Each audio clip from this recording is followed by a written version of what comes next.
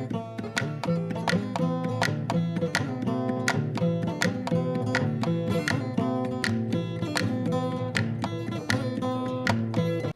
choix qui n'est pas facile parce que, comme vous le savez, l'Est de la République démocratique du Congo, c'est la partie qui a été touchée par des conflits, des guerres à répétition.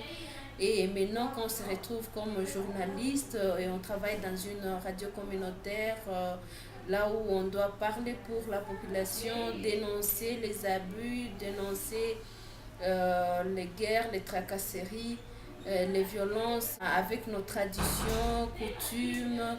C'est pas encore accepté, c'est pas acceptable que la femme peut parler ouvertement en public qu'on était isolés. Quand nous parlions des droits de la femme à Radio Maendeleo, c'est comme si je me trouvais seule, ou on était seuls, les seuls à le faire à Radio Maendeleo avec ma consoeur Aziza. Et c'est comme ça qu'on a eu aussi l'idée de créer AFEM, Association des femmes de médias, pour associer les autres femmes à notre lutte, à notre vision commune pour promouvoir les autres femmes à travers l'outil média, parce qu'on s'était dit, on a un pouvoir. Le grand problème, c'est le problème de professionnalisation.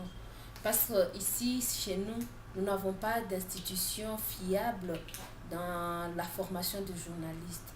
Et donc, on s'est retrouvé qu'on faisait le journalisme, mais on n'a jamais appris le journalisme. On a un souci de créer une sorte de pépinière où on va avoir des femmes formées, des jeunes filles journalistes qui seront des professionnels. D'abord, c'est le premier outil de communication qui peut atteindre tout le monde, surtout dans les milieux ruraux. Peu coûteux.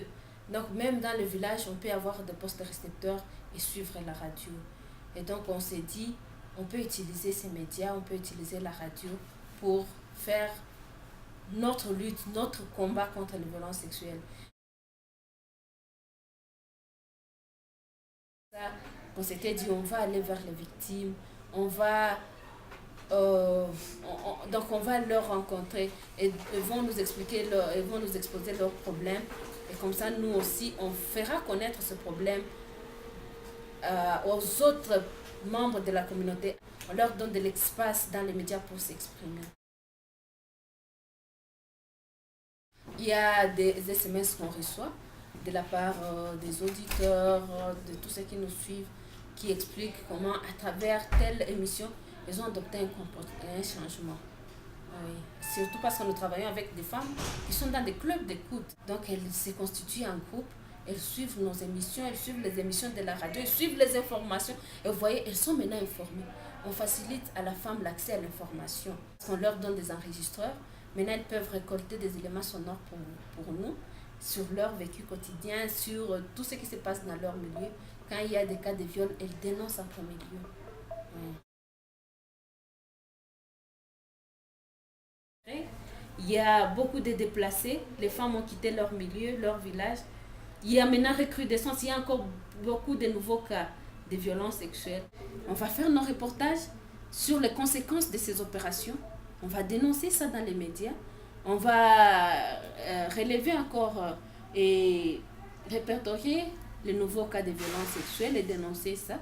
Mais aussi, on ne cessera pas de le décrier, de demander à ce que ça s'arrête.